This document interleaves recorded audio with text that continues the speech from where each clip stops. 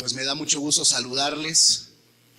Hace un año, un poquito más de un año, que el Señor nos permitió abrir una nueva iglesia y pues por supuesto con la bendición de nuestros padres, ¿verdad? Los pastores Reinaldo y Patti, con su bendición abrimos una nueva iglesia.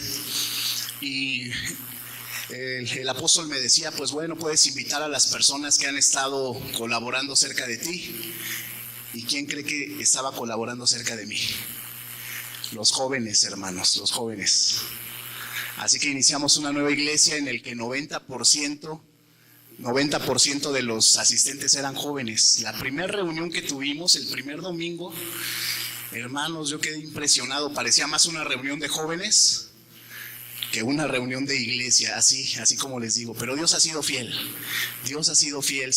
Ya está más compensada la iglesia. Ya han llegado familias, ya han llegado matrimonios. Iniciamos en un lugar pequeño, muy pequeño. Teníamos 2 reuniones, pero no por las multitudes, sino porque estaba muy pequeño el lugar, todos bien apretaditos, bien juntitos. Pues éramos 60 personas, ¿no? Pero Dios ha sido fiel, Dios ha ido añadiendo a más personas. Hace 5 o 6 meses aproximadamente, Dios nos concedió cambiarnos a un lugar más amplio, gracias a Dios, más amplio, diría 10 veces más grande. Y para la gloria de Dios, hermanos, está a punto de llenarse ese lugar.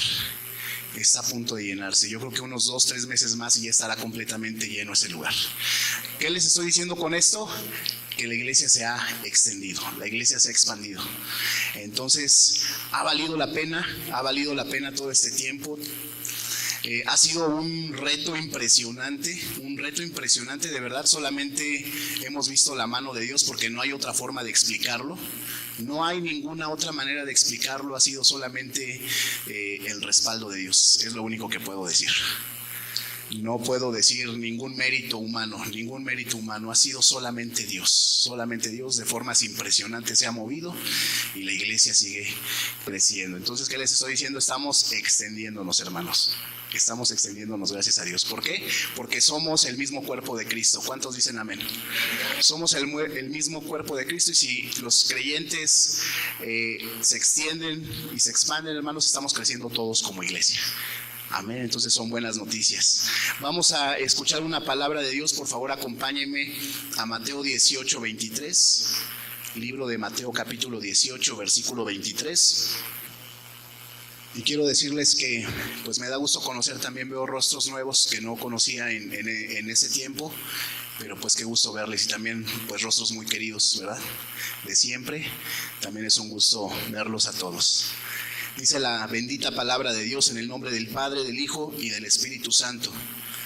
Por lo cual el reino de los cielos es semejante a un rey que quiso hacer cuentas con sus siervos.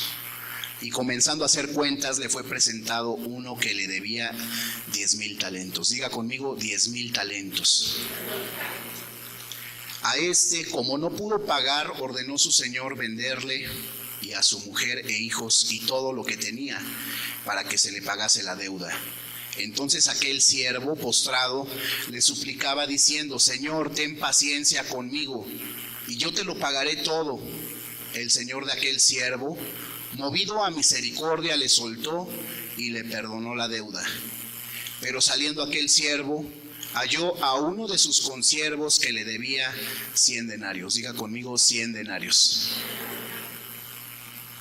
Y haciendo de él, le ahogaba diciendo: págame lo que me debes. Entonces su consiervo, postrándose a sus pies, le rogaba diciendo: ten paciencia conmigo, y yo te lo pagaré todo. Mas él no quiso, sino fue y le echó en la cárcel hasta que pagase la deuda. Viendo sus consiervos lo que pasaba, se entristecieron mucho y fueron y refirieron a su señor todo lo que había pasado. Entonces, llamándole su señor, le dijo: siervo malvado, toda aquella deuda te perdoné porque me rogaste. ¿No debías tú también tener misericordia de tu consiervo, como yo tuve misericordia de ti? Entonces su señor, enojado, le entregó a los verdugos hasta que pagase todo lo que le debía. Así también mi Padre Celestial hará con vosotros si no perdonáis de todo corazón, cada uno a su hermano, sus ofensas. Vamos a ir viendo a detalle esta parábola. Hermanos, las parábolas son muy profundas, ¿verdad? Sin embargo, vamos a ver lo más importante. Vamos a empezar por el versículo 23. Este va a ser nuestro texto principal. Lo vamos a ir desglosando. Dice el verso 23 que el reino de los cielos es semejante a un rey que quiso hacer cuentas con sus siervos. Vamos a ver, esta parábola trata de dos deudores. Primero es una deuda que un siervo, diga conmigo, un siervo debe al rey. Sí, estamos viendo que no son iguales, ¿verdad? O sea, el rey está en un nivel de autoridad muy superior a aquel siervo. Y el segundo deudor es un deudor que le debe a un consiervo, es decir, a un semejante, a uno igual a él. Están en el mismo nivel. Vamos a ver primero que nada ¿qué tiene que ver con nosotros? Tiene que ver mucho, porque todos nosotros, hermanos, vamos a rendir cuentas al Rey. Todos vamos a rendirle cuentas al Rey de Reyes. Acompáñeme, por favor, a Eclesiastés 12:14. Eclesiastés 12:14.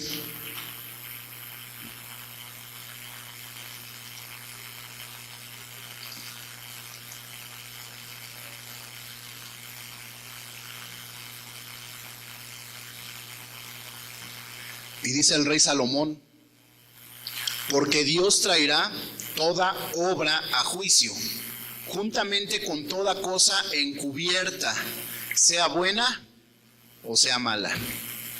Entonces aquí la palabra de Dios dice, pues nos dice muchas veces que no hay nada oculto que no haya de manifestarse, que no haya de salir a la luz. Entonces, todos vamos a dar cuentas. Probablemente algún pecador haya pecado y tal vez pensó que ya se salió con la suya, nadie lo vio, nadie lo descubrió, ¿verdad? Pues pecó y parece que no hubo ninguna consecuencia. Pero debemos de estar entendidos que muchas cosas van a salir a la luz. Si no es aquí en esta tierra, será delante del Rey de Reyes. Todas las cosas van a ser expuestas. Y dice aquí lo bueno y también lo malo, todo va a ser expuesto delante de Dios. Entonces debemos de entender que tenemos una deuda, algo por qué responderle a Dios. Después acompáñeme a Hebreos 9:27, por favor. Hebreos 9:27.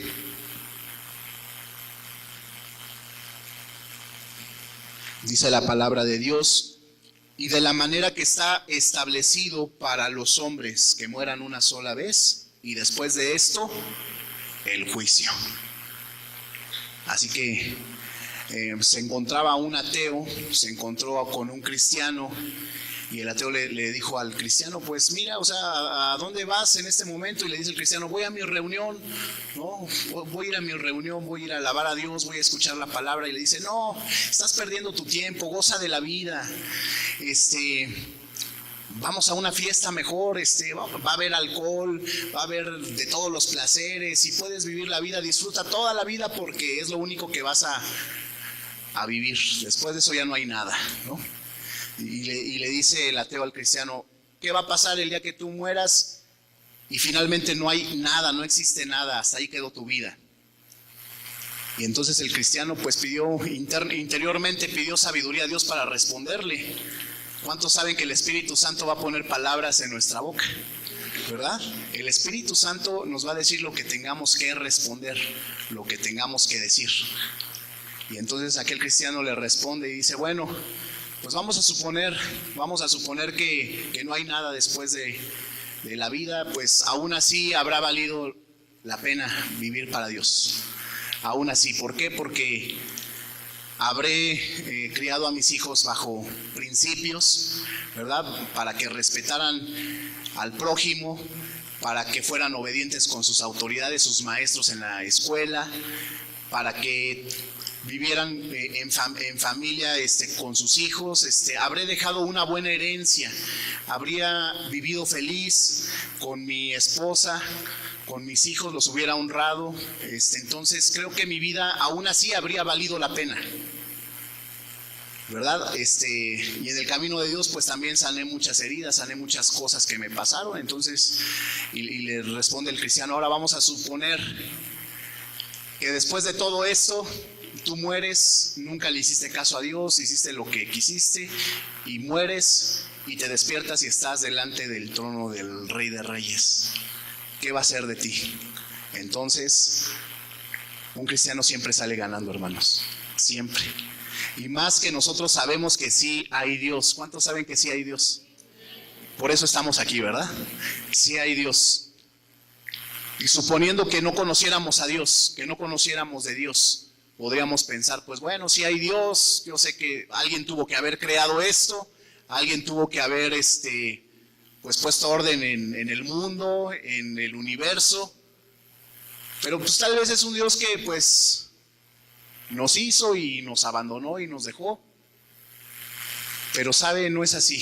Sabemos que hay Dios, pero no solamente sabemos que hay Dios, sabemos que además es bueno. Tenemos un Dios bueno. Tenemos un Dios que es misericordioso, ¿sí? Que a pesar de que es demasiado grande, demasiado poderoso, que ni siquiera lo alcanzamos a comprender, a pesar de eso, tiene cuidado de cada uno de sus hijos. Y está con cada uno de sus hijos y nos conoce por nombre. Y nadie nos conoce mejor y nadie tiene más misericordia de nosotros que el Rey de Reyes y Señor de Señores. ¿Cuántos dicen amén? Dice el versículo 24 en la parábola, Mateo 18, 24. Dice: comenzando a hacer cuentas, le fue presentado uno que le debía 10,000 talentos. 10,000 talentos. Pero vamos a poner en proporción. ¿Qué son 10,000 talentos? En la palabra de Dios hay ciertas monedas, ciertas cantidades. Un talento es diferente a un denario. Vamos a proporcionarlo. Un denario era el salario de un día. Era el salario de un día. Ahora, un denario, escúcheme, un denario, saqué algunos cálculos, algunas aproximaciones, es lo equivalente a 10 años de trabajo. Un solo talento es equivalente a 10 años de trabajo. Y aquí la deuda que tenía ese siervo para con aquel rey era de 10,000 talentos. ¿Ya pueden proporcionar un poquito la grande deuda que tenía? Ahora, ¿quién era el deudor? Era, diga conmigo, un siervo común y corriente, como cualquier otro siervo. Estamos diciendo que estaba verdaderamente en aprietos. ¿Cómo se endeudó? No sabemos de qué forma se endeudó, pero le debía esa cantidad astronómica. Es como en la actualidad escuchamos en las noticias que cierto gobernador se robó tantos miles de millones de pesos. ¿Han escuchado algo así? ¿Verdad? Ya no se conforman con un milloncito, ¿verdad? Ya sus robos, ¿verdad? Son de miles de millones de pesos, ¿verdad? Y también usted ha escuchado seguramente en las noticias que los más ricos del mundo, las personas más ricas del mundo, sus riquezas ascienden a miles de millones de dólares y de euros, ¿verdad? Estamos hablando de cantidades muy, muy, muy, muy grandes. Pues una cantidad así era lo que le debía aquel siervo al rey. Era una cantidad muy, muy, muy exagerada. Y dice aquí, vamos a ver algunos versículos, Salmo 49, 6 al 8. Salmo 49, 6 al 8.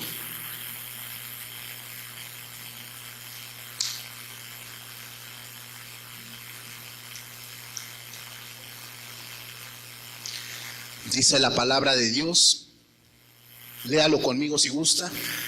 Los que confían en sus bienes y de la muchedumbre de sus riquezas se jactan, ninguno de ellos podrá en manera alguna redimir al hermano, ni dar a Dios su rescate. Y el versículo 8 todos juntos. Porque la redención de su vida es de gran precio y no se logrará jamás. No se logrará jamás. ¿Sabe su salvación y su redención no la pudo haber pagado usted por sus propios méritos, jamás. Jamás. Y muchas personas se jactan y dicen que son muy buenas en su propia opinión, ¿verdad? Personas que dicen no necesito de Dios, la verdad soy una persona buena,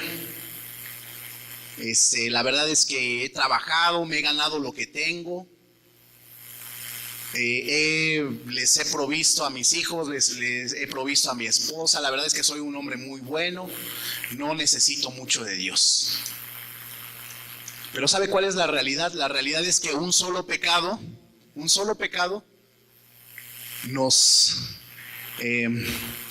quita de la gloria de Dios. ¿Por qué? Porque Él es santo. Dios es santo.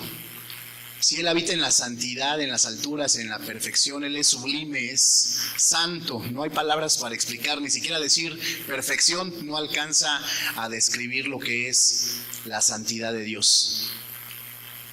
Entonces ningún hombre, por muy bueno que se crea, no puede pagar pues el cielo, ni la redención de su alma, ni el acercarse a Dios. Nadie, absolutamente nadie. Solamente en Cristo hay salvación. Solamente en Jesús hay salvación. Debemos de entenderlo. Vamos a Hebreos 9:28, por favor.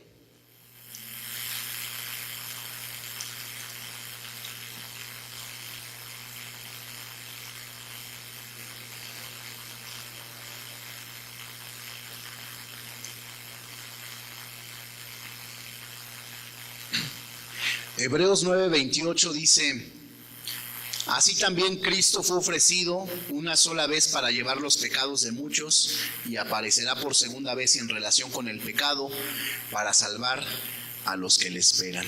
Sí, el precio de nuestra salvación, hermanos, solamente lo ha pagado Cristo. Lo pagó una vez, ¿verdad?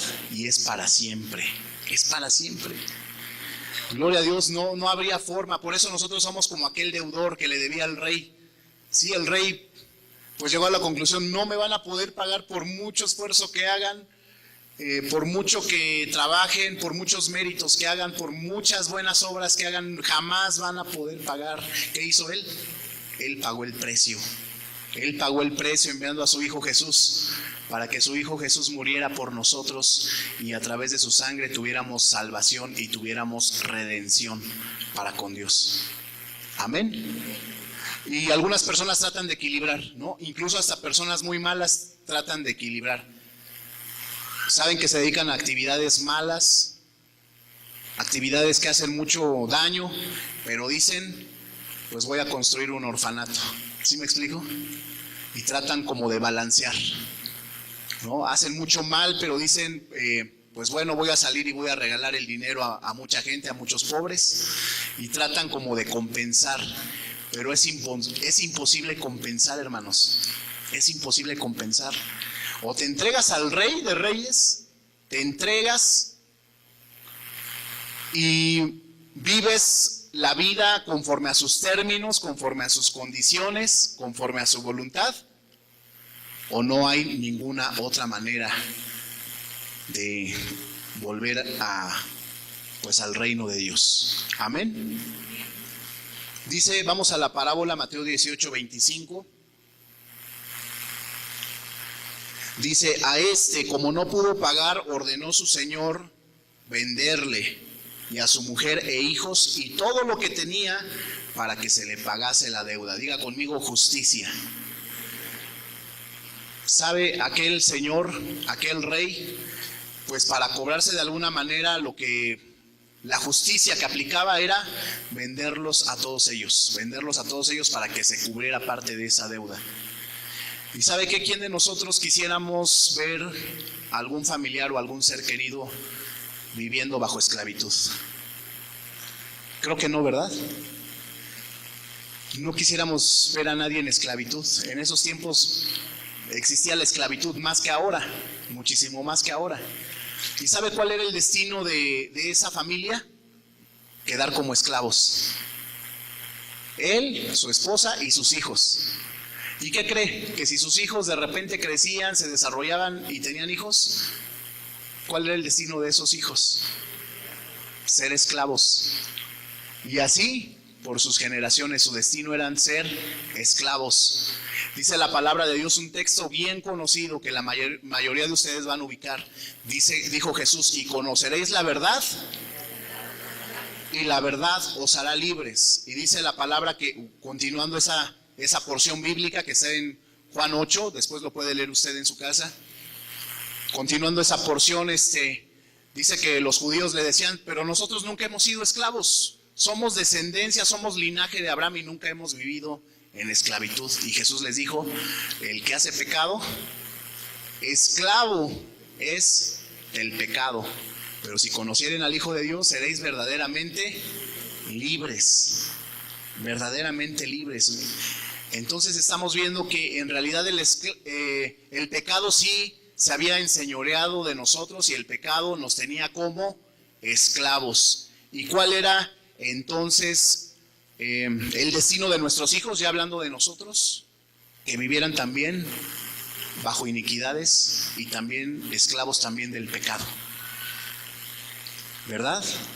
Iniquidades, no sé, por dar un ejemplo, porque para que lo entendamos un poquito mejor, por ejemplo, tenemos iniquidades de alcoholismo, ¿no? El abuelo era súper alcohólico, después cada uno de los hijos, ¿verdad?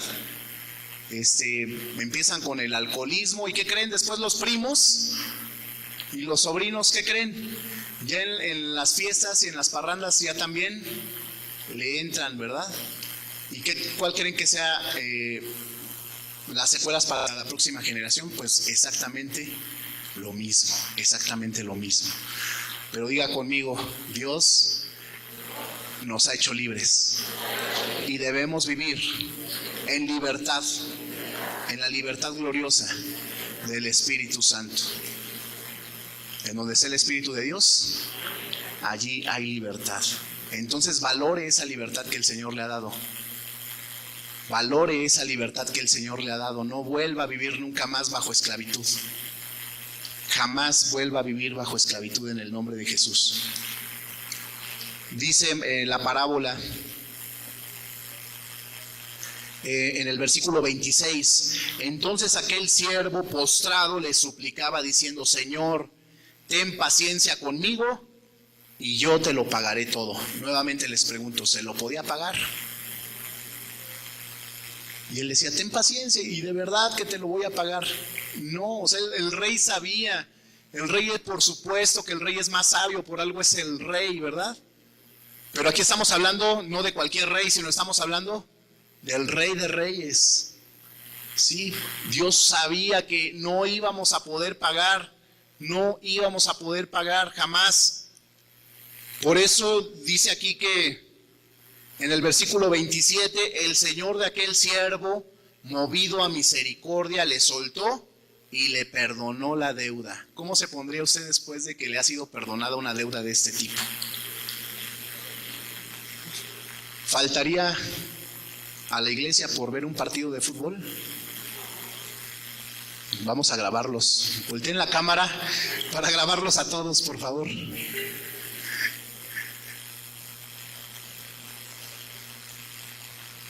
Si hubiera convocatoria de oración, diría, ay, hace mucho frío, pues, ay, oro desde aquí, los acompaño. Valore su libertad, valore lo que Dios ha hecho por usted. Es algo que jamás habríamos podido pagar, jamás. Y dice que el Señor fue movido a misericordia, el Señor de aquel siervo fue movido a misericordia y le soltó y le perdonó la deuda. ¿Sabe por qué? Porque así es nuestro Dios, tenemos un Dios bueno. Sí, Él está anhelando a que regresemos a su camino, Él está anhelando que lo obedezcamos, que escuchemos su voz, porque el que tiene más deseo de bendecirnos es Dios. Él es el que tiene más deseo de bendecirle. Sí, más que cualquier persona, más que cualquier padre terrenal. Más que cualquier persona que le tenga buenos deseos, el que tiene más deseo de bendecirle es el Padre Celestial. El que tiene más deseo de estar con usted y de abrazarlo y de besarlo y de llenarlo de su presencia es el Rey de Reyes. Dice en Lucas capítulo 15, versículo 20, recordando un poco la parábola del hijo pródigo. Lucas 15, 20 dice: levantándose vino a su padre, y cuando aún estaba lejos lo vio su padre. ¿Y qué hizo el padre? Dice, y fue movido a misericordia. Dice, y corrió y se echó sobre su cuello y le besó. ¿Quién estaba más deseoso de que regresara el hijo? Era el padre. Y cuando regresó fue el primero que salió corriendo. ¿Sabe? Cualquier otra persona hubiera dicho, ay, primero báñate, vienes con la ropa sucia del mundo, ¿verdad? Vienes con todo el pecado, con toda la inmundicia. Date un bañito primero y después platicamos.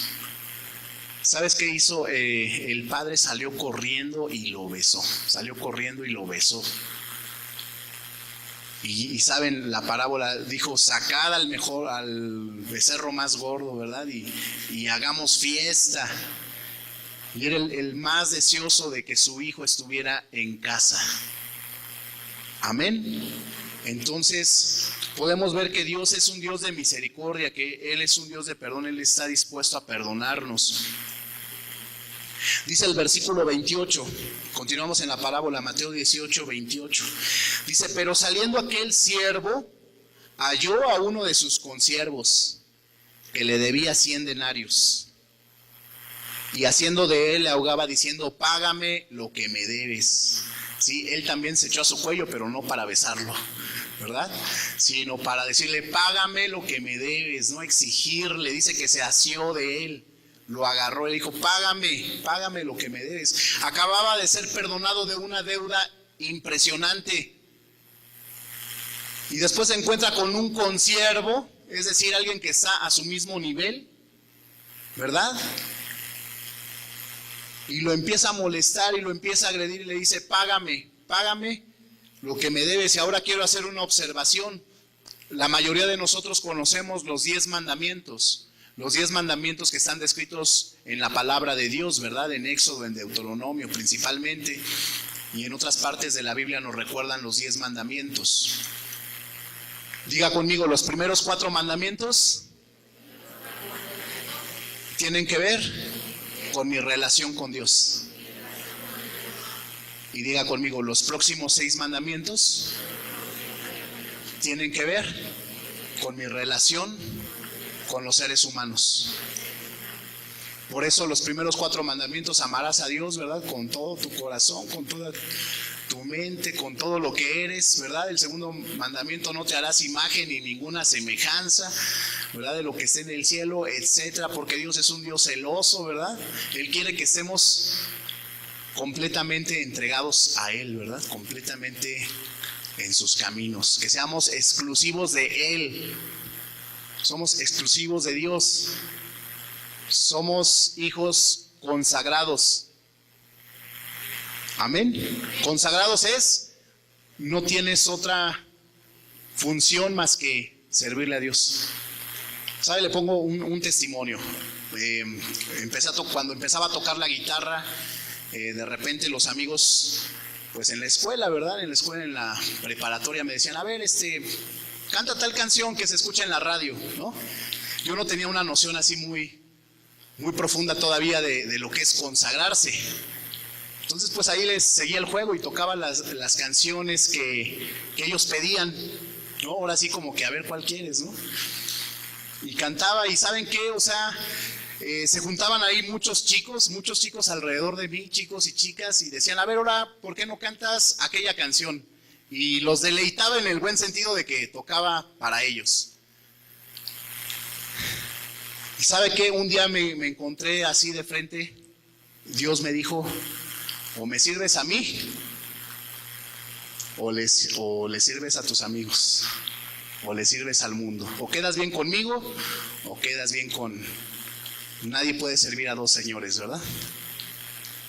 Y dije, Señor, me consagro a ti, y si voy a tocar música va a ser solamente para ti. Solamente para ti. Si voy a adorar, voy a cantarte solamente a ti. Y le digo, ¿sabe qué? Después de eso, no puedo cantar nada secular, ni las mañanitas me salen, hermanos. A veces me piden en los cumpleaños, toca las mañanitas, no me salen. En cambio, cuando adoro a Dios, como que fluyo, como que es lo que Dios, para lo que Dios me creó. Y entonces fluye la alabanza y fluye la adoración. Así debemos de estar todos consagrados. ¿Sí? El tercer mandamiento dice, no tomarás el nombre de Dios en vano, ¿verdad? El cuarto mandamiento dice, 6 días trabajarás y el séptimo día se lo dedicarás al Señor tu Dios. No es el tema del día de hoy, pero aplicado a nosotros es que un día nos congreguemos. Por lo menos un día, por muy ocupado que estés, congrégate por lo menos un día. ¿Quién tendrá más ocupaciones, por ejemplo, que el rey David? Todo lo que tiene que atender un rey. ¿Quién será más ocupado que el rey David en este lugar? Y el rey David alababa 7 veces al día. Dice el Salmo 119, 164, 7 veces al día te alabaré. Alababa 7 veces al día a Dios y oraba 3 veces al día. Ese era su estilo, a pesar de que era rey. ¿Sabe? Hay un pastor en Corea, un pastor que tiene una congregación de 1 millón de personas. ¿Se imagina eso? 1 millón de personas. Si yo me pongo en proporción, digo, Señor, llevo 1 año de que abrí una nueva iglesia y de verdad es impresionante el trabajo que se tiene que hacer. Impresionante el trabajo que se tiene que hacer. Ahora no me puedo imaginar en una iglesia de 1 millón de personas. ¿Se imagina usted? Pero dice este pastor que a medida que iba creciendo su ministerio, dice el pastor, se llama Pastor Paul Yonggi Cho, dice que a medida que su iglesia ha ido creciendo, necesita estar más horas en oración. Necesita estar más horas en comunión con Dios. O sea, parece que sería al revés, ¿no? O sea, hay que atender más personas, entonces pues hay menos tiempo para leer la Biblia, menos tiempo para orar, menos tiempo para... Pero dice este pastor que conforme ha crecido su ministerio, se tiene que meter más tiempo con Dios. Así que yo le digo, yo creo que ninguno de nosotros está más ocupado que el rey David, y ninguno de nosotros creo que tendría las ocupaciones de ese pastor que tiene 1 millón de personas en su congregación. Así que dígale al que está a su lado, dedícale al menos un día al Señor. Amén. Si no se lo dice, es porque no lo ha aplicado.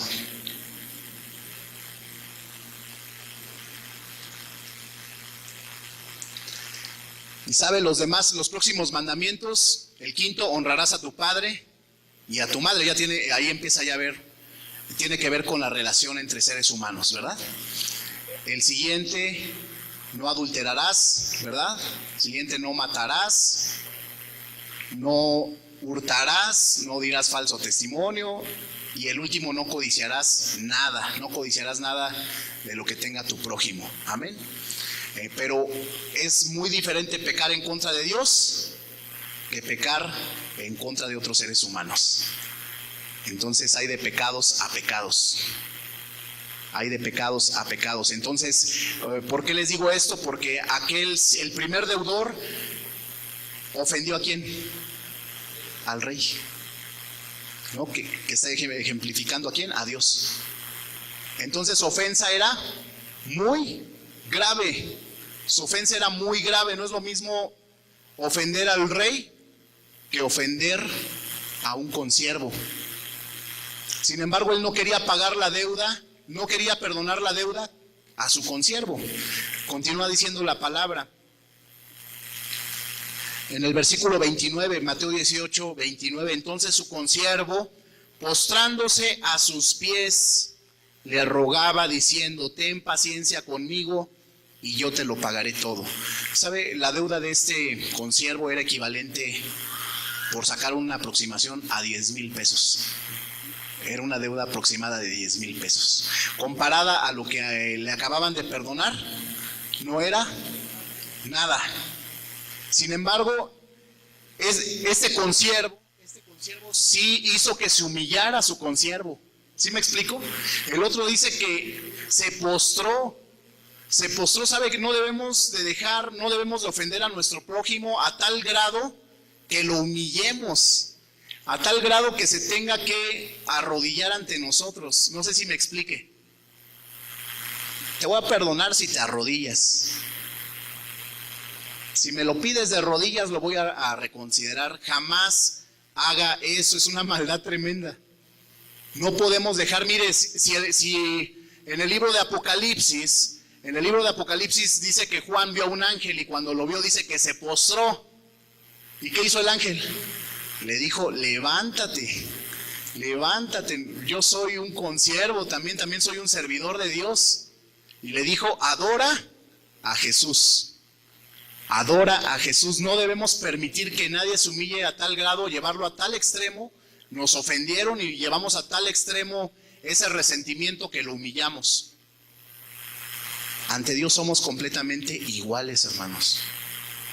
Completamente iguales. Si a todos sus hijos nos ama. Absolutamente a todos. Y se contrista, podemos contristar al Espíritu Santo cuando no resolvemos nuestros asuntos con nuestros semejantes. Es más, Jesús no solamente nos pide que amemos a su iglesia, ¿verdad? Dice aquí la palabra de Dios en Primera de Juan 4:11. Primera de Juan 4:11.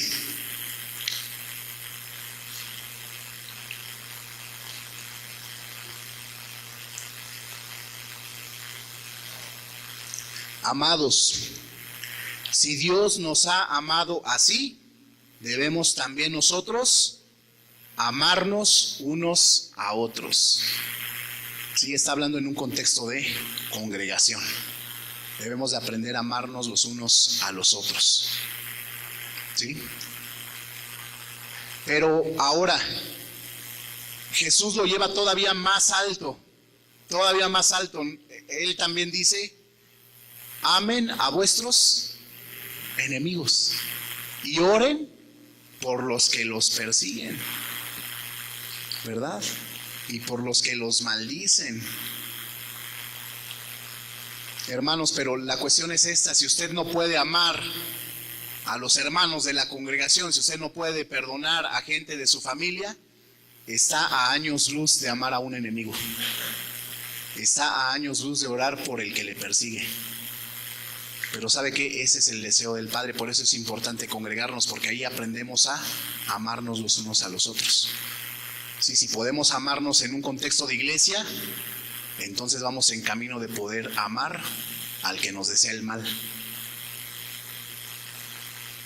Y entonces dice, así seréis hijos de vuestro Padre Celestial, que hace salir su sol sobre buenos y malos.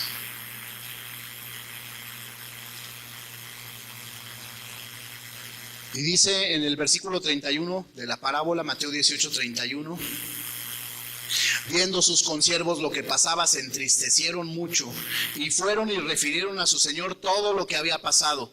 Hebreos 12:1, en otra porción de la palabra, Hebreos 12:1 dice, por tanto nosotros también, teniendo en derredor nuestro tan grande nube de testigos, despojémonos de todo peso y del pecado que nos asedia y corramos con paciencia la carrera que tenemos por delante. Aquí dice la palabra que tenemos una multitud de testigos.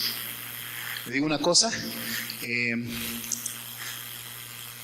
la gente lo ubica como cristiano. ¿Usted cree que no?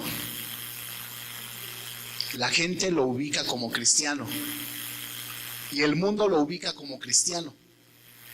Y el mundo espera, tiene ciertas expectativas de un hijo de Dios. Por ejemplo, dicen, oh, tú no porque tú eres cristiano. ¿Sí me explico?